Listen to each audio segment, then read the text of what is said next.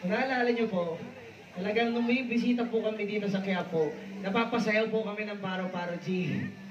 At nakakagulat naman din po, pagkatapos na ng 3 taon, pangalawang termino ko ng takbo, ang tawag pa rin ni Mami sa akin ay Paro-Paro G. Kaya para sa'yo, Mami, magbabalik tanaw lang tayo ng konti. Para sa'yo, Paro-Paro G. Paro-Paro G. Lagi ko na naaalala ngayon yung Paro-Paro G pag naririnig ko yung jingle ni Konsehal Bong Alvarez, di ba? Napapa-lower na ako ng lower na ganito. Pero anyway, mga batang Quiapo, ako po ay natutuwa na naman po. Lagi tayo nagkikita, lagi tayo nagsasama-sama, at kahapon lang din po, nagkita tayo. Sana naman po, hindi pa rin kayo nagsasawa sa pagmumukha po namin. Nagsasawa na po ba kayo? Promise? Kasi 10 araw na lang po natitira. Magbobotohan na po tayo. Doon po, sa natitira mga araw po namin, sasamahan niyo pa rin po ba kami hanggang sa Mayo 12? Promise yan, ha? Walang iwanan. Mula po kay Yorme hanggang sa lahat ng mga konsehal. Straight na po tayo. Promise? Kasi alam ko naman din po, sa tagal ng panahon, ang aking mga kapatid po na Muslim, hindi niyo po iniwan ang mga sarkal, hindi niyo po iniwan si Yorme, at lalong-lalo niyo rin naman din po, hindi iiwan ang mga kasamahan po ni Yorme na nandito po ngayon sa harapan ninyo. And alam niyo po, isa sa pinaka-kinatutuwa ko na maging bilang isa sa mga batang Maynila, na kapag pumunta ka po sa lungsod ng Maynila, dito ka lang po makakita na lugar na ipagsasama mo. Nasa isang maliit na area lang din po. Mga Kristiyano, mga Muslim, mga iba't ibang mga probinsya, mula sa norte hanggang sa south. Yun po, yun lang po ang makikita mo na pinagkakaiba ng lungsod ng Maynila sa ibang mga syudad po dito po sa ating National Capital Region. At dito mo lang din po makikita na pinagsama-sama mo po ang iba't ibang kultura na sila po ay kapag magsama-sama, mag-come together, makikita mo po na nag-aangat po ang kanyang komunidad. At ganoon din po ang nangyayari dito po sa Quiapo. Tama po ba? At alam ko rin naman din po, sa tagal po ng panahon, sa pag-aalaga po ni Yorme Isko para po sa ating lahat, pagdating sa laban niya, hindi rin niya po kayo iiwan. And alam ko rin naman, siguro po, mai-share ko lang din, dahil proud na proud po ako dahil doon sa pagkakaiba o pagka-unique ng lungsod ng Maynila. Sa panahon nung nagkaroon ng pagkakataon na meron po ako may paglilingkod sana sa aking mga kapatid po na Muslim, nung naipo po ako bilang konsehal nung araw, nung 24 anyos pa lang po ako, nasama po ako sa pagplano at sa pagpasa ng ating Muslim cemetery dun po sa South Cemetery ng lungsod ng Maynila. Kasama ko po si Congresswoman Apple po nung panahon na yun.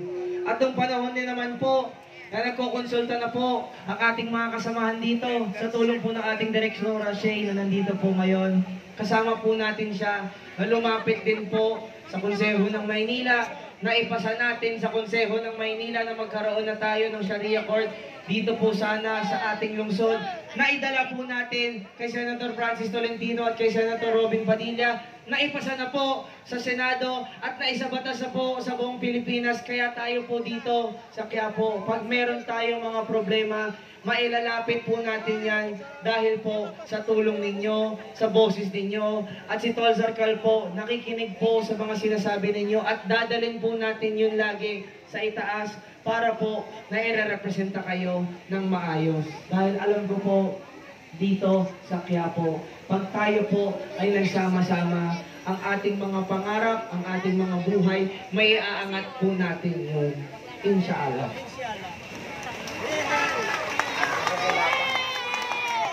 Kaya nga po, tulad po nung sabi ko kanina, 10 araw na lang po ang natitira. Kung siguro naman po, lahat kayo ay proud na at alam nyo na sa inyong mga puso na ang dadalhin nyo na sa eleksyon na ito ay ang Yorme's Choice. Sana po, ibulong nyo na kami sa chismosa mong kapitbahay. Sino ba mga chismosa dito? Ano yung mga chismosa? Talaga ba? Kahit ang chismosa pala kahit anong relihiyon din talaga. Ang mga marites. Diba? I-chismis nyo na po kami.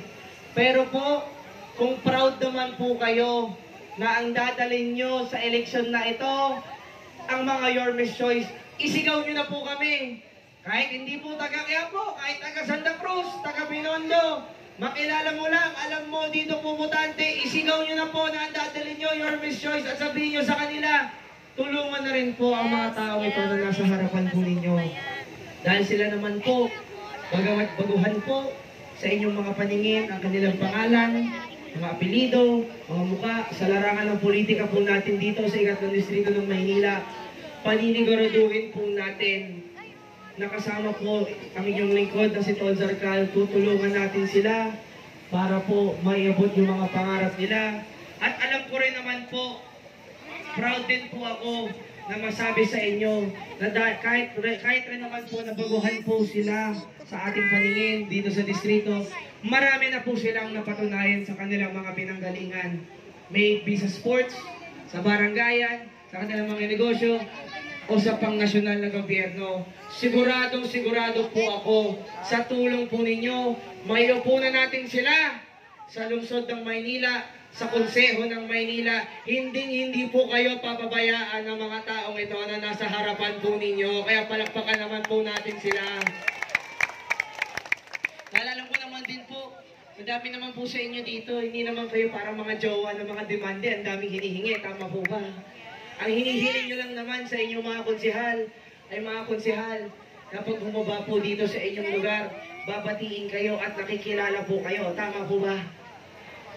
Ang konsehal nyo, nakikinig naman po sa mga problema ninyo. Tama po ba? At syempre po, ang hinahanap nyo sa konsehal ninyo, na kapag bumaba rin sila dito at nakita nyo sila, ay tumutugon po sa inyong mga pangangailangan. Eh yun po sa mga criteria na yun na hinihiling nyo sa mga konsehal ninyo. Sagot na po nila lahat yun. At kayang-kaya po nila lahat yun. Kaya po, mulit-muli, 10 araw na lang po. Kayo na po bahala sa amin. Kayo na po ang boses namin. Kayo na po ang magsasabi po at magsaspread po ng mensahe ng Your Miss Choice. Dahil papangako naman po namin, mabigyan niyo po kami ng pagkakataon na makaupo kaming lahat sa konseho ng Maynila. Pagdating po ng panahon ng singilan, hanggang sa magsawa po kayo na mag-request po sa amin, hindi naman kami magsasawa. Tulungan po kayong lahat dito po sa ating distrito. Kaya po, naniniwala kasi po ako na kung sakali ang magwagi po dito po sa darating na halalan natin ay yung Your Miss Choice, ang tunay na panalo po sa dulo nito, ang taong bayang Manileño. Alhamdulillah, maraming salamat po sa inyong lahat. I love you all mga batang Quiapo. Ako po ang inyong lingkod, si Konsehal Tol Zarcal, ang inyong anak, kapatid, at habang buhay po ninyo magiging kaibigan dito po sa ikatlong distrito ng Maynila. Manila, God first. Maraming salamat po. Maraming salamat po. Palakpakan po natin ang magpapatunay